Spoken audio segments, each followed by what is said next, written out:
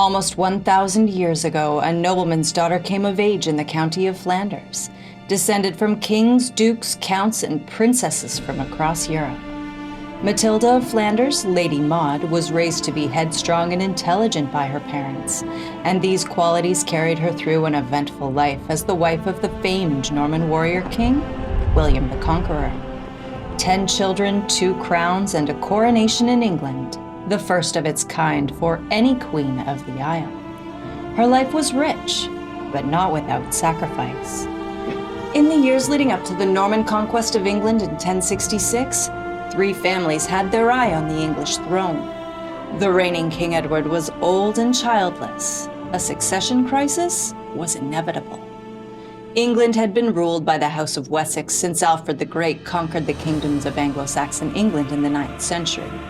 But by 1066, their sole remaining male heir was a teenage boy, Edgar the Atheling.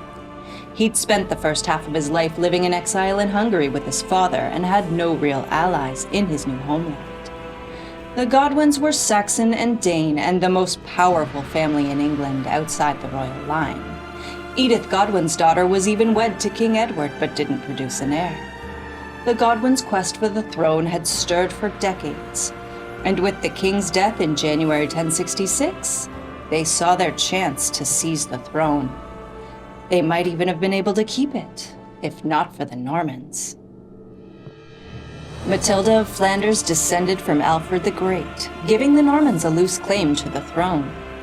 Through a combination of diplomacy, wealth, and experienced warfare, the Normans, led by William, who inherited the duchy as a boy, found the winning combination. Their victory altered the course of history in Europe forever. As Duchess of Normandy, Matilda of Flanders was an able regent when her husband was on campaign.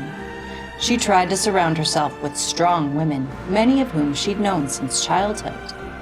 Maud's closest friend was Judith, her father's younger half-sister, who went to England to marry one of the Godwins not long after Maud married Duke William.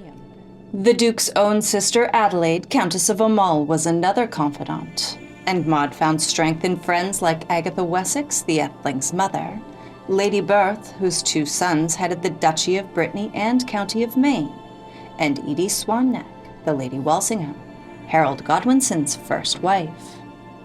Despite the strength she found in these relationships, Maud found her greatest strength within herself and through her family, supported by a man who loved her for her, and not who he wanted her to be. Take a journey into the past with The Dragon and the Butterfly, an epic tale of love and conquest that changed the world.